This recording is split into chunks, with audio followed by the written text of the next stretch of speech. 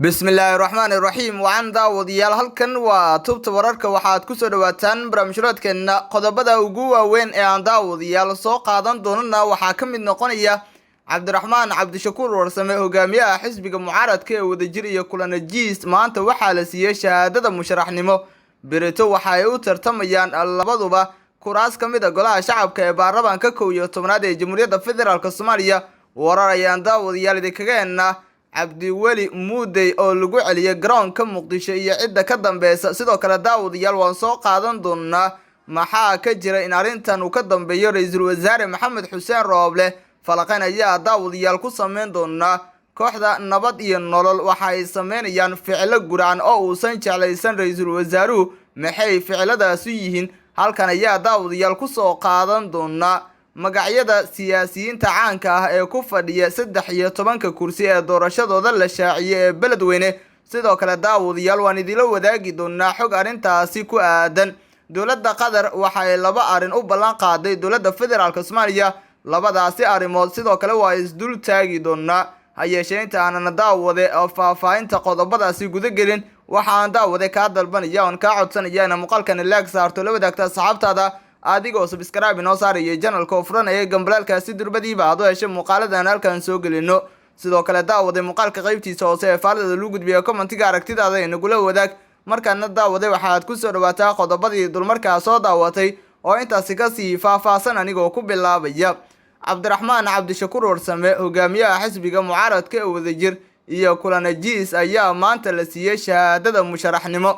guddiga doorashada dawlad goboleedka Galmudug ayaa maanta shahaadada musharaxnimo guddoonsiiyay Cabdullaahi Aadan Kulane oo ka tirsan hay'adda nabad sugidda iyo sirdoonka qaranka ee NISA sidoo kalena ka mid ah saraakiishii lagu eedeeyay kiiska dilka ah ee Ekraan Tahliil Faarax Cabdullaahi Kulane oo u sharaxan kursiga Hoob 40 ayaa waxaa la tartamayo Xasan Cabdi Jaamac oo la rumaysan yahay in uu yahay musharax malxiis ah ayada oo la filayo in uu Kulane si fudud ku qaato kursiga sidoo kale guddiga ayaa shahaadada musharaxnimada siiyay siyaasi Cabdiraxmaan Cabdishakuur Warsame oo ka mid ah musharaxiinta sanadkan u taagan xilka madaxweynenimo ee Soomaaliya Cabdiraxmaan oo raadinaya kursiga Hoob 138 ayaa waxaa booskaasi kula tartamaysa Naciimo Xuseen Cali oo iyadana la rumaysan yahay in ay tahay malxiis ayada oo la filayo in uu Cabdiraxmaan si fudud ku qaato kursiga dhanka kale waxaa shahaadada musharaxnimada la siiyay Faarax Cabdi Diini oo ka mid ah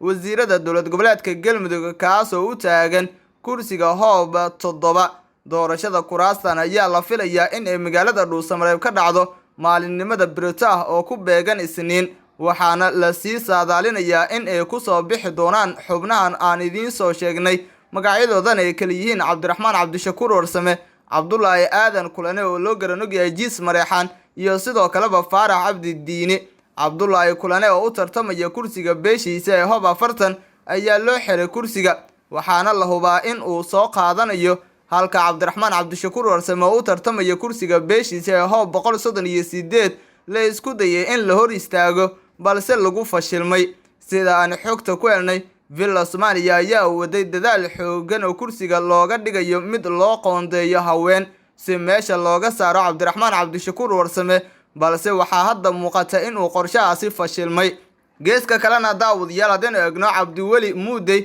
ayaa lagu celiyay garoonka Aadan Cadde magaalada caasimadda Muqdisho haddaba cidda ka dambaysa ayaa la isweydiinayaa gudoomiye ku-xigeenka koowaad ee golaha shacabka Cabdiweli Sheekh Ibraahim Muudey ayaa goor dhaweed loo diiday in uu ka duulo garoonka diyaaradaha magaalada caasimadda Muqdisho ee Aadan Cabdulle Cusmaan Aadan Cadde sida ay ogaanay isla markaana ay noo xaqiijiyeen ila xogogaala Muudey ayaa ku sii jeeday magaalada Baraawe ee maamulka Koonfur Galbeed Soomaaliya si uu ugu tartamo kursiga uu ku fadhiyo ismadiisu tahay Hoob 145 diyaarad ka qaadi lahayd gudoomiye ku-xigeenka koowaad garoonka Muqdisho ayaa lagu amray in aysan ka bixi karin waxaana la soo warinayaa in weli uu ku sugan yahay Muudey iyo ciidamo ilaalo ah qaybta VIP-da ee garoonka wararka qaar ayaa sheegaya in talaabada looga hor istaagay Muudey in uu ka dhoofo Muqdisho uu ka dambeeyo la taliyaha amniga qaranka Fahad Yaasiin Xaaji Daahir oo la soo warinayo in uu hunguriyeenayo booska uu ku fadhiyo Muudey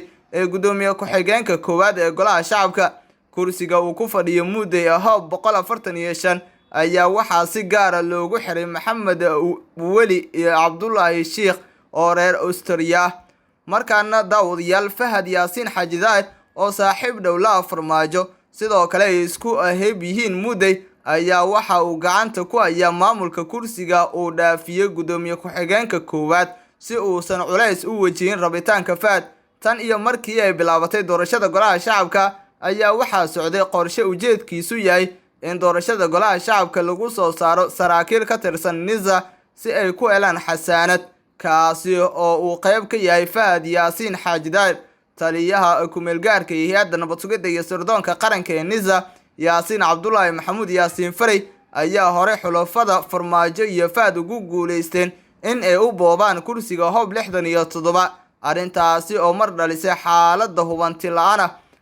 xulafada Farmaajo iyo Fahad ayaa isku day kasta u sameynay markaasi sidii ay u xaqiijin lahaayeen rabitaankooda ku aadan doorashada, gaar ahaan xildhibaanada loogu raadinayo xasaanad oo ugu horeeya Fahad oo asagu gadaal iska mariyay liiska xulafada. markaana daawadayaal haddaynu eegno magacyada siyaasiyiinta caanka ah ee markaasi ku fadhiya 13 kursi ee doorashadooda la shaaciyay ee beledweyne, guddiga doorashada dowlad goboleedka Hirshabelle ayaa soo saaray liiska kuraasta 13 kursi oo ka mid ah golaha shacabka baarlamaanka 11aad ee Jamhuuriyadda Federaalka Soomaaliya, kuwaas oo lagu dooranayo magaalada beledweyne ee xarunta gobolka Hiiraan. kuraasta 13 kursi ee la shaaciyay qaarkood waxaa ku jira kuwa ay ku fadhiyaan siyaasiyiin miisaan culus ku dhexleh siyaasadda Soomaaliya, waxaana jira walwal badan oo ay qabaan musharaxiinta qaar oo ku aadan in loo boobo kuraasta shakhsiyaad gaar ah oo la wato. kuraastan waxaa hore ugu fadhiyay xubno ka mid ah golaha wasiirada xukuumadda xilgaarsiinta iyo wasiiro hore,